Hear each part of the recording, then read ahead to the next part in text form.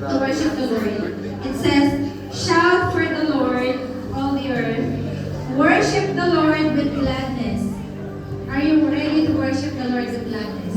Amen? Come before Him with joyful songs. Know that the Lord is God. It is He who made us, and we are His. We are His people, the sheep of His pasture. Enter His gates with thanksgiving and His courts with praise. Give thanks to Him and praise His name.